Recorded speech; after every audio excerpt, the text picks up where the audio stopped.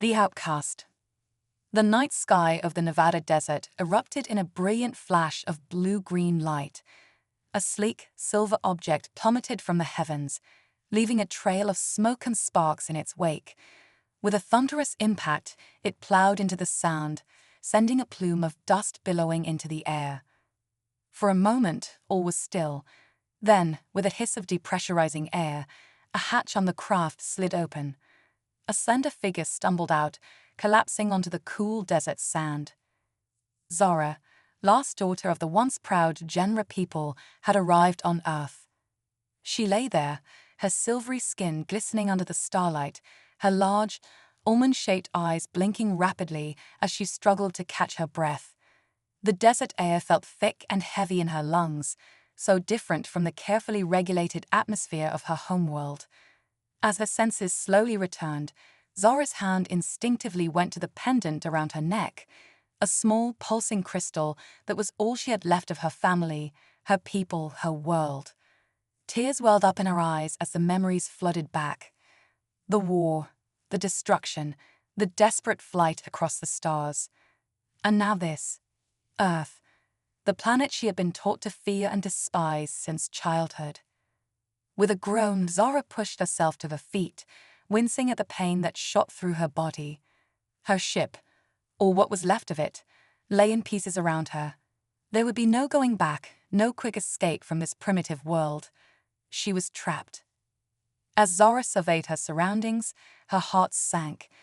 Nothing but endless sand and rock stretched out before her, broken only by the occasional scrub brush or towering cactus. In the distance, jagged mountains cut a dark silhouette against the star-filled sky. It was beautiful, in its own alien way. But to Zara, it might as well have been a prison. "Savages," she muttered, her translator device rendering her native tongue into harsh English. Violent, backwoods savages. That's what she had always been told about humans, that they were a dangerous, unpredictable species, barely out of their stone age, yet already reaching for the stars with greedy, destructive hands. Zara's people, the Zenra, prided themselves on their advanced technology, their enlightened culture, their harmony with the cosmos. They had achieved interstellar flights centuries ago, had built great cities among the clouds of gas giants, had unlocked the secrets of manipulating gravity itself. And yet, for all their supposed superiority, they had been unable to stop the Krelf Armada from reducing their homeworld to ash. A bitter laugh escaped Zara's lips. What good was all that knowledge, all that advancement, when it couldn't save them in the end? She shook her head, pushing the painful thoughts aside. She needed to focus on survival now. Earth's authorities would no doubt be on their way to investigate the crash. If they found her? Zara shuddered. She'd had heard stories of what humans did to aliens who fell into their clutches. Dissection, experimentation, a life spent in some secret government facility, poked and prodded like an animal. No, she couldn't let that happen. Quickly, Zara gathered what supplies she could salvage from the wreckage of her ship. A few ration packs, a portable water purifier, some basic medical supplies. It wasn't much, but it would have to do. As she worked, a distant rumbling caught her attention. Zara looked up, her keen eyes piercing the darkness. There, on the horizon, lights, moving fast. Vehicles. Panic gripped her. They were coming. The humans were coming for her. Without a second thought, Zara sprinted away from the crash site, her long legs carrying her swiftly across the desert landscape. She didn't know where she was going, only that she had to get away, had to hide. As she ran, her mind raced. What would she do now? Where could she go on this alien world? How long could she survive before someone, human or Krelf, found her? For hours, Zara pushed onward, her body screaming in protest. The twin moons of Earth hung low in the sky, casting an eerie glow across the landscape. It was so different from the comforting radiance of her homeworld's 3 moons. Another reminder of how far from home she truly was. Finally, as the first hints of dawn began to color the eastern sky, Zara's strength gave out. She collapsed behind a large boulder, her chest heaving as she gasped for air. As exhaustion overtook her, Zara's last thoughts were of her family, of her world, of everything she had lost, and of the humans, the creatures she had been taught to hate and fear, who now held her fate in their hands. Little did Zara know, her arrival on Earth was about to set in motion a chain of events that would challenge everything she thought she knew about humans, about her own people, and about herself. For even as she slept, hidden in the vast expanse of the Nevada desert, forces were already moving. Human authorities scrambling to locate the source of the mysterious atmospheric disturbance. Krelf bounty hunters catching the scent of their prey. And one human in particular, a man whose path would soon cross with Zara's in ways neither of them could have imagined. Jake Martinez stood on the front porch of his isolated desert home, a steaming cup of coffee in his hand as he watched the sun rise over the distant mountains. At 35, Jake's weathered face and graying temples spoke of a man who had seen more than his fair share of hardship. Once, he had been Captain Jacob Martinez, ace pilot for the United States Air Force. He had flown combat missions over a dozen countries, had pushed experimental aircraft to their limits in the skies over Area 51. But that was before the incident, before the crash that had left him grounded, his wings clipped, his spirit broken. Now, Jake spent his days in self-imposed exile, tinkering with old planes and trying to forget the past. It wasn't much of a life, but it was quiet, predictable, safe. As Jake sipped his coffee, a glint of light in the distance caught his eye. He frowned, setting down his mug and reaching for the old pair of binoculars he kept by the door. Peering through them, Jake's breath caught in his throat. There, maybe 10 miles out, he could see the unmistakable signs of a crash site, twisted metal, scorch marks on the sand.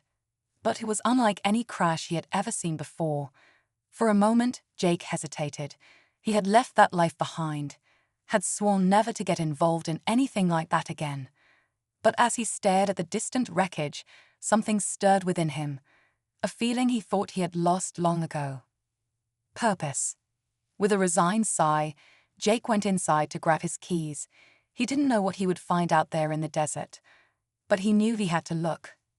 As Jake's battered pickup truck bounced across the desert, kicking up a trail of dust behind it, he had no way of knowing that his life was about to change forever. That he was about to come face to face with a being from another world. And that together, they would embark on a journey that would determine the fate not just of Earth, but of the entire galaxy. The adventure was about to begin. Cosmic collision. The Nevada desert sun beat down mercilessly as Jake's pickup truck rumbled to a stop near the crash site. Dust swirled around him as he stepped out, his eyes widening at the scene before him. This was no ordinary wreckage. The twisted metal gleamed with an otherworldly sheen, and strange symbols adorned the scattered debris. "Holy smokes," Jake muttered, running a hand through his salt and pepper hair. "This is some next-level Area 51 stuff." As he approached the crash site, a glint of movement caught his eye. There, partially hidden behind a large piece of wreckage, was a figure unlike anything Jake had ever seen. Slender, with silvery skin that seemed to shimmer in the sunlight, and large, almond-shaped eyes that blinked rapidly as they focused on him. An alien. A real, honest-to-goodness alien. Jake's military training kicked in, and he instinctively reached for a sidearm that was no longer there. The alien, clearly female, from what he could tell, flinched at the movement, her eyes widening in fear. "Whoa, easy there," Jake said, holding up his hands in what he hoped was a universal gesture of peace. "I'm not gonna hurt you. Are you okay?" The alien's response came in a series of clicks and whistles that Jake couldn't understand. But the fear and desperation in her eyes were unmistakable. She was injured, scared, and alone on a strange world. Just like he had been, all those years ago in the mountains of Afghanistan. Slowly, carefully, Jake approached. "My name's Jake," he said, pointing to himself. "Jake, can you understand me?" The alien tilted her head, then reached for a small device around her neck. After a moment of adjustment, she spoke, her voice carrying a strange melodic quality even through the obvious electronic translation. "I am Zara," she said, her words clipped and wary. "Last daughter of the Zenra. And you are human." The way she said human, like it was something distasteful, made Jake raise an eyebrow. "Last time I checked, yeah. Listen, you're hurt. I've got a first aid kit in my truck. Let me help you." Zara's eyes narrowed. "Why would you help me, human? Your kind are savages, destroyers, you." Her words were cut off by a fit of coughing, and Jake saw flecks of silvery blood on her hand as she pulled it away from her mouth. Whatever she thought of humans, she clearly needed help. "Look," Jake said, his voice firm but kind. "I don't know what you've heard about us, but right now, I'm your only chance.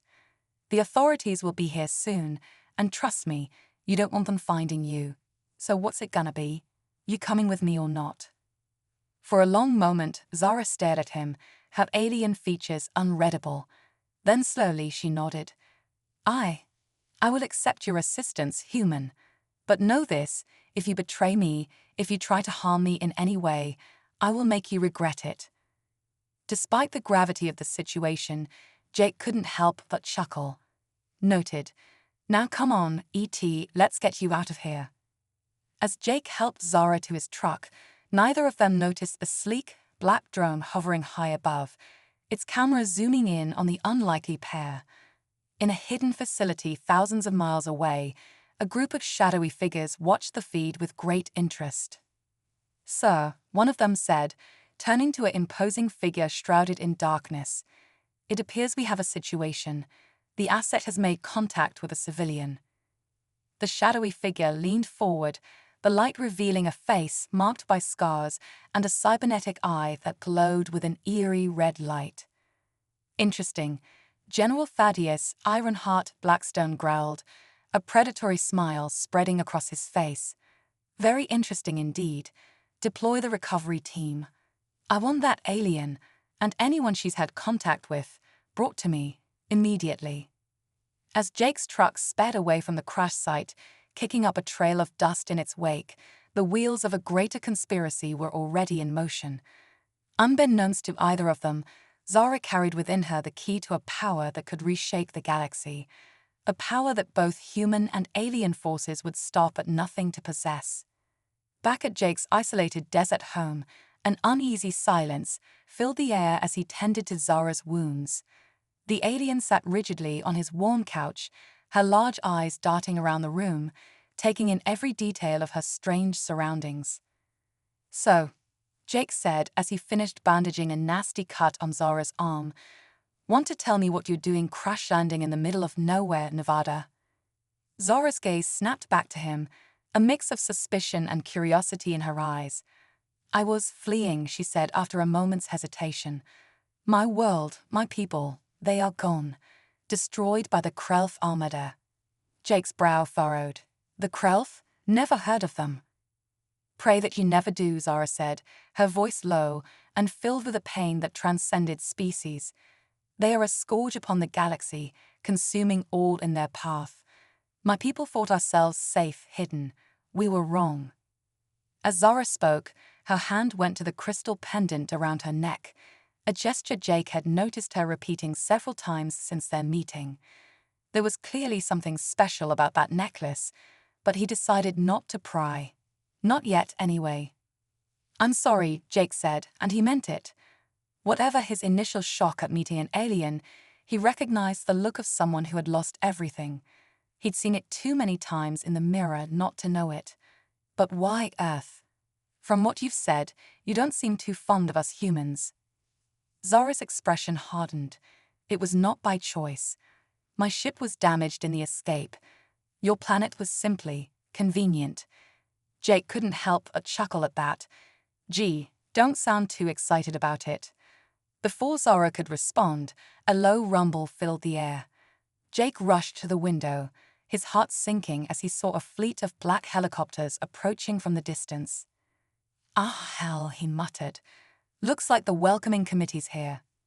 Zara was beside him in an instant, her alien features contorted in fear. "The human authorities, You said they wouldn't find us here. Yeah, well, I might have underestimated their response time, Jake said, already moving towards the back of the house. Come on, we've got to move. Now.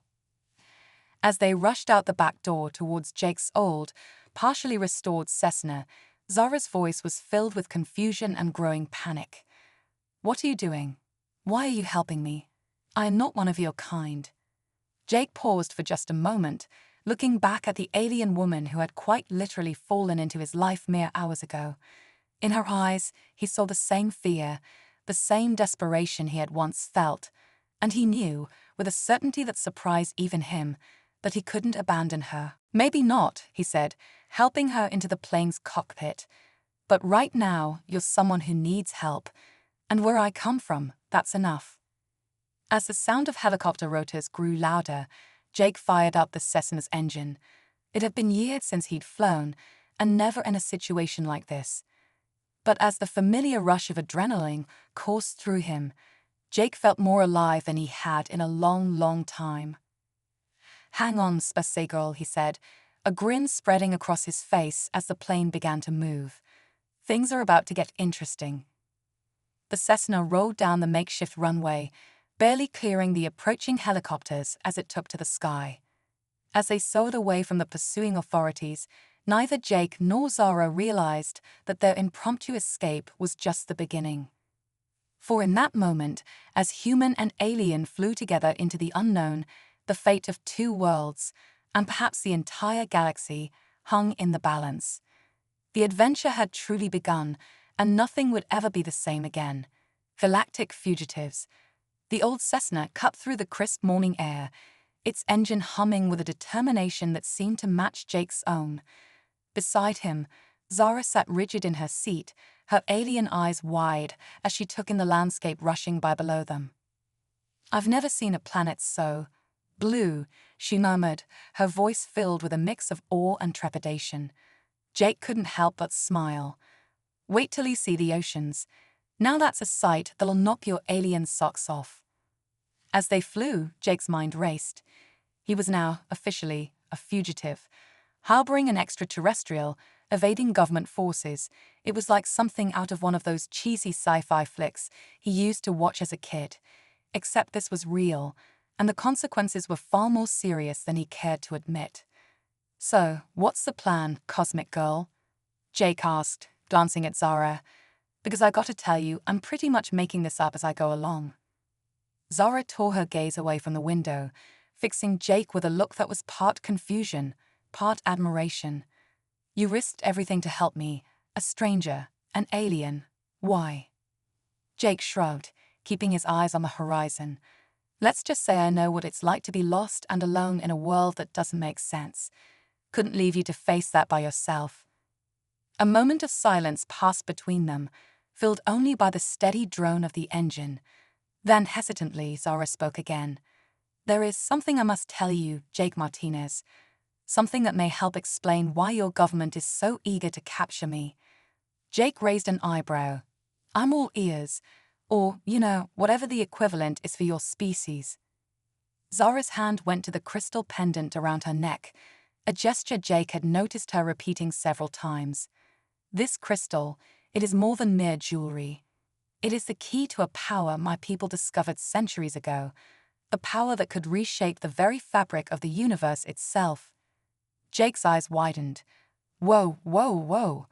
Are you telling me you're carrying around some kind of cosmic superweapon? Not a weapon, Zara corrected, her voice soft but intense. A tool. One that, in the right hands, could end scarcity, heal worlds ravaged by war, even reverse the effects of climate change.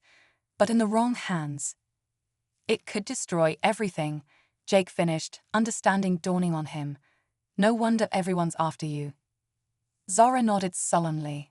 The Krelf destroyed my world trying to obtain it, and now it seems your people would do the same. Jake's grip tightened on the controls. Not if I have anything to say about it. As they continued to fly, neither of them noticed the sleek black shape gaining on them from behind. In the cockpit of the advanced stealth jet, General Thaddeus Ironheart Blackstone smiled coldly. I have you now, my little alien friend, he muttered. You and all the secrets you carry. With a touch of a button, a compartment on the jet's underside opened, revealing a strange pulsing device. Energy crackled around it, building to a crescendo. In the Cessna, alarms suddenly blared to life. Jake's eyes widened as he saw all his instruments going haywire. What the hell? He exclaimed, frantically trying to regain control of the plane. Zora's face had gone pale, her eyes fixed on something behind them. Jake, she said, her voice barely above a whisper. I think we have a problem. Jake turned, and his heart sank. The stealth jet was now clearly visible, a menacing black shape against the bright blue sky, and it was closing fast. Hang on, Jake yelled, throwing the Cessna into a steep dive. Things are about to get bumpy. As the small plane plummeted towards the earth, Jake's mind raced. He was out of practice, outgunned, and flying a rust bucket against a state-of-the-art military jet. The odds were not in their favor. But then when had they ever been? With a grin that was equal parts terrified and exhilarated, Jake pulled back on the controls, leveling out just above the tree line of a dense forest. The Cessna's wings clipped the tops of the trees, sending leaves and twigs flying. Are you insane? Zora screamed, clinging to her seat for dear life. Probably, Jake shouted back. But it's working, isn't it? Indeed, the stealth jet was having trouble following them through the dense forest. Its advanced systems, designed for high-altitude combat, were struggling with the erratic, low-altitude chase. But Jake knew they couldn't keep this up forever. The Cessna wasn't built for this kind of stress, and already he could hear the engine protesting. They needed a plan, and fast. As if in answer to his thoughts, a break in the trees appeared ahead, a large, crystal-clear lake stretching out before them. Hold on tight, Jake said, a wild idea forming in his mind. We're going swimming. Before Zora could protest, Jake aimed the nose of the plane directly at the lake's surface. At the last possible second, he cut the engine and pulled up hard on the controls. The Cessna hit the water with a massive splash, skipping once, twice across the surface before coming to rest with a groan of protesting metal. Water began to seep in through the cracks, but the plane remained afloat, for now. Quick, Jake yelled, already unbuckling his seatbelt. We've got to get out before it sinks. As they scrambled out onto the wing of the slowly sinking plane, the stealth jet roared overhead. It circled once, twice, clearly searching for any sign of them. Jake and Zora huddled together on the wing, barely daring to breathe. After what felt like an eternity, the jet finally turned and flew off, disappearing over the horizon.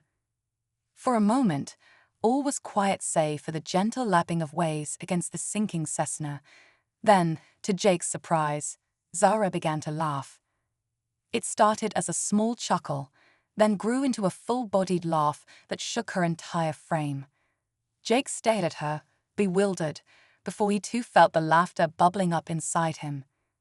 There they were, a washed-up human pilot and an alien refugee, sitting on the wing of a sinking plane in the middle of a lake, laughing like maniacs.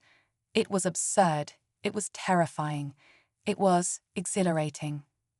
As their laughter subsided, Zora turned to Jake, her alien features softened by a smile he hadn't seen before. You truly are insane, she said, but there was no malice in her voice. Only wonder and perhaps a hint of admiration.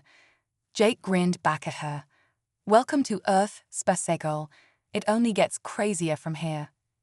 As they began the long swim to shore, Jake couldn't help but feel that this was only the beginning. They had escaped for now, but Blackstone and his forces wouldn't give up easily. And then there was the matter of the Krelth, still out there somewhere, hunting for Zora and the power she carried. But as he looked at Zora, swimming beside him with a determination that matched his own, Jake felt something he hadn't experienced in years: hope. Whatever challenges lay ahead, they would face them together.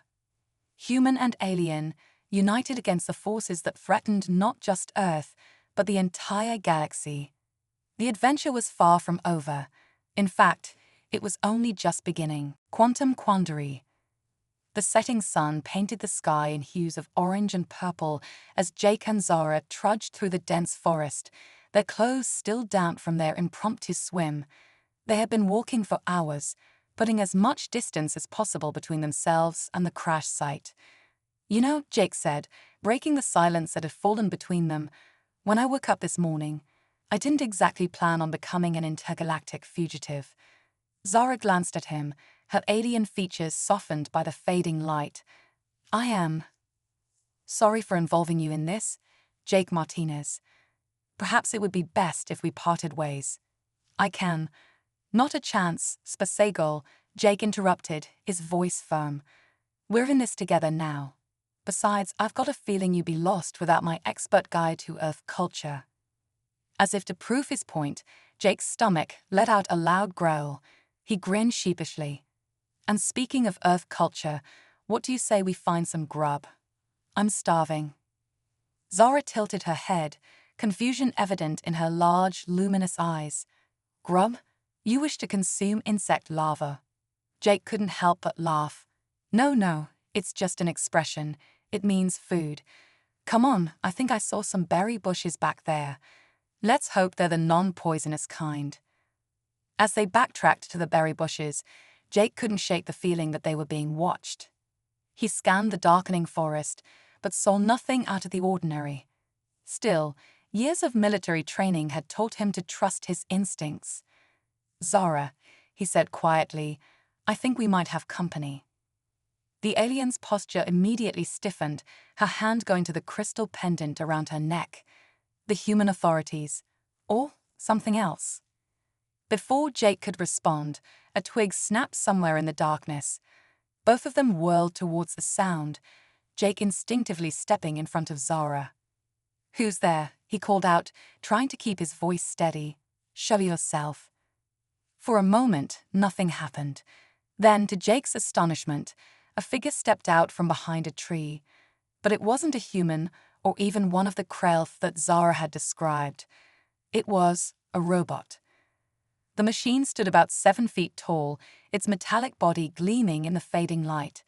Its head was a dome of softly glowing blue light, and in place of a mouth, it had a speaker grill that pulsed with each word it spoke. "Greetings, Jake Martinez and Zara of the Zenra," the robot said, its voice a strange mix of mechanical and organic tones. "I am Quantum, a synthetic being from a future that may never come to pass, and I am here to prevent a catastrophe that threatens not just your world, but the entire multiverse." Jake and Zara exchanged bewildered looks, just when Jake thought this day couldn't get any stranger. "Okay," Jake said slowly, "I'm gonna need you to back up and explain that again, preferably with smaller words." Quantum's head tilted to the side, the blue light pulsing thoughtfully. "Very well. I shall endeavor to simplify. The crystal that Zara carries, it is more than a source of power. It is a key to unlocking the barriers between realities.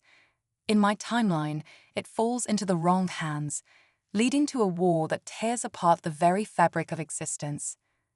Zara's hand tightened around her pendant, but that's impossible.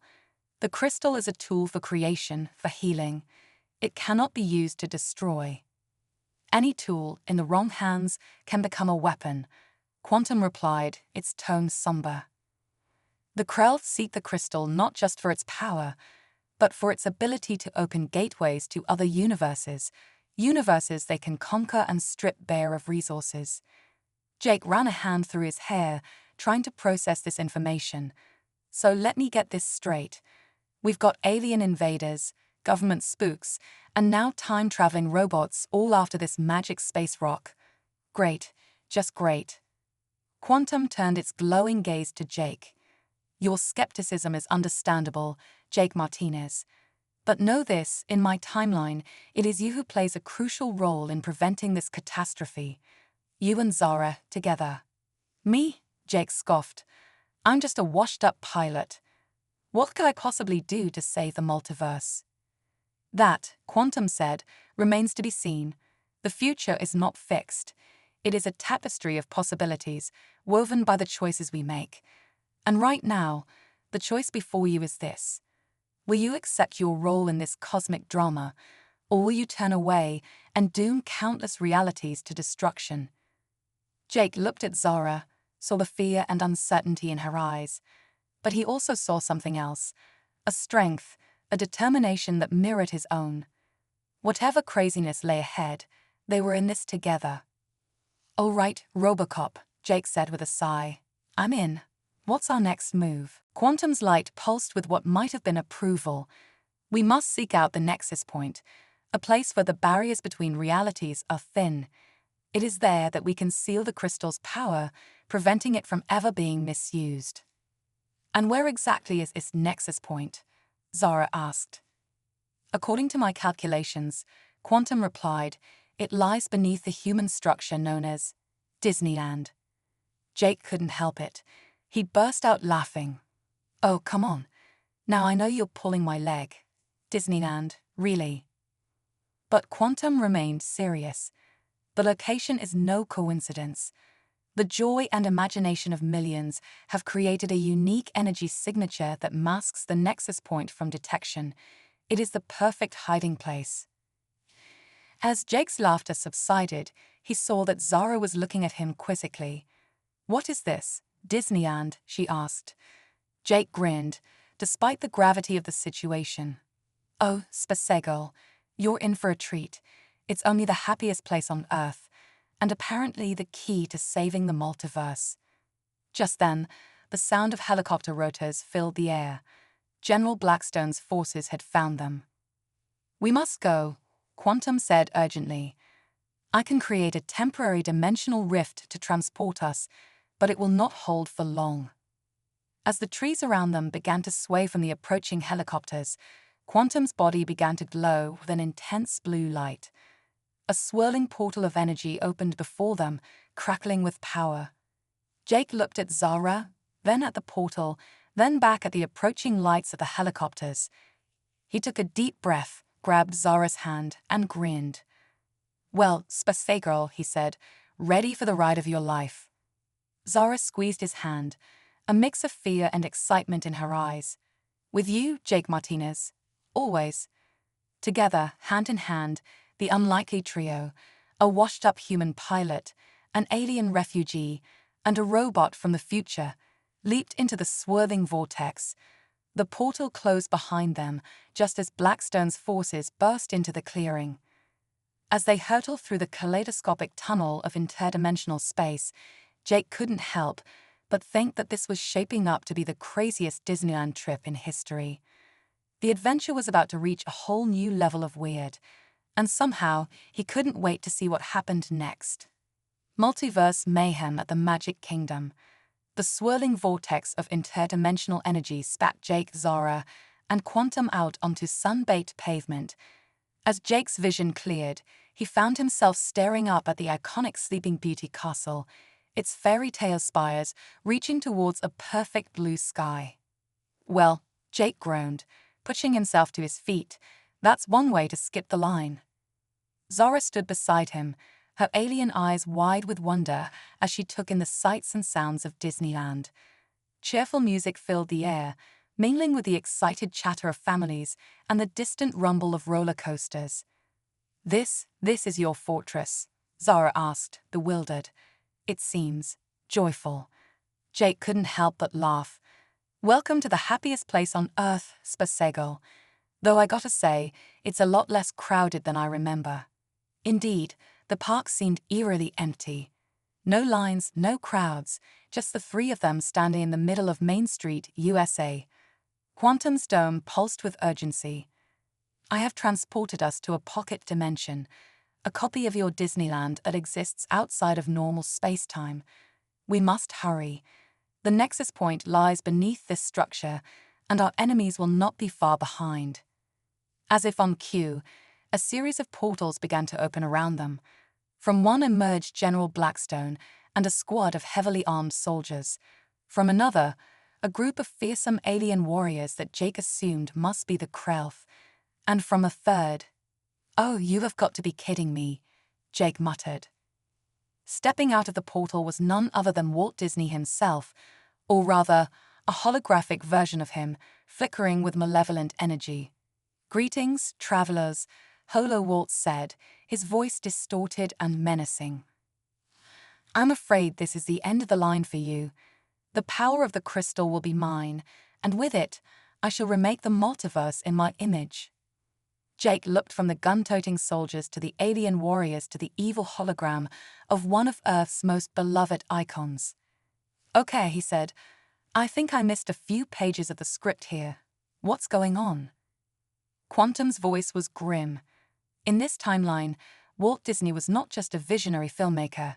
He was an interdimensional traveler who discovered the secret of the Nexus Point. He built this park to harness its energy, planning to use it to conquer all of reality.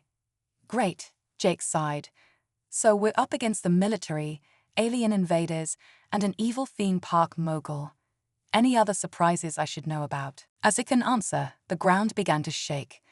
The castle behind them started to transform, its fairy tale facade falling away to reveal a massive mechanical monstrosity. Turrets became laser cannons, and the drawbridge lowered to reveal a gaping maw lined with grinding gears. "You just had to ask, didn't you?" Zara said, a hint of Jake's own sarcasm creeping into her voice. As their enemies closed in from all sides, Jake felt a moment of panic. They were outnumbered, outgunned, and facing threats from across the multiverse. How could they possibly hope to win? But then he looked at Zara, saw the determination in her alien eyes. He thought of everything they'd been through, of the trust and bond that had grown between them. And he realized something. This wasn't just about saving the multiverse anymore. It was about proving that beings from different worlds, different species, could come together and achieve the impossible. "All right, team," Jake said, a grin spreading across his face. "Time to show these losers what happens when you mess with the best of two worlds. Quantum, what's the plan?" The robot stone pulsed with calculated precision. "We must reach the heart of the Nexus Point, located in the castle's highest tower. There, we can use the crystal to seal the dimensional rifts and reset the timeline." "Through that?" Zara asked, pointing at the transformed castle with its arsenal of weapons. "Yep," Jake nodded. "Straight into the belly of the beast. You up for it, Spassy Girl?" Zara's hand went to her crystal pendant, and for a moment, it glowed with an inner light. When she looked back at Jake, her eyes shone with a newfound confidence. "With you, always." What followed was a chase unlike any other in Disney history. Jake, Zara, and Quantum raced through the twisted, mechanical version of the Magic Kingdom, dodging laser blasts from stormtrooper-styled cast members and leaping over suddenly appearing chasms. They battled their way through a nightmarish "It's a Small World," where the animatronic dolls tried to ensnare them with electrified lassos. They outran a pack of robotic jungle creatures on a warped version of the Jungle Cruise, and all the while their pursuers drew ever closer. As they neared the castle, Jake had an idea. "Zara," he shouted over the chaos. "Your crystal, you said it could manipulate reality, right? Well, time to put it to the test." Understanding dawned in Zara's eyes. She clutched the crystal, focusing her will through it. Suddenly, the ground beneath their enemies' feet turned to quicksand. Holographic Mickey Mouse heads appeared, confusing and distracting the Krelf warriors. "That's my girl." Jake laughed, his heart swelling with pride and something else, something he was finally ready to admit. "I love you, you know that, in case we don't make it out of this crazy mess." Zara's eyes widened, then softened. "I know," she said softly. "I love you too, you impossible human." Quantum's voice cut through the moment. "As touching as this is, we have arrived at our destination." Indeed, they stood before the massive gear-lined mall that was once the castle's entrance.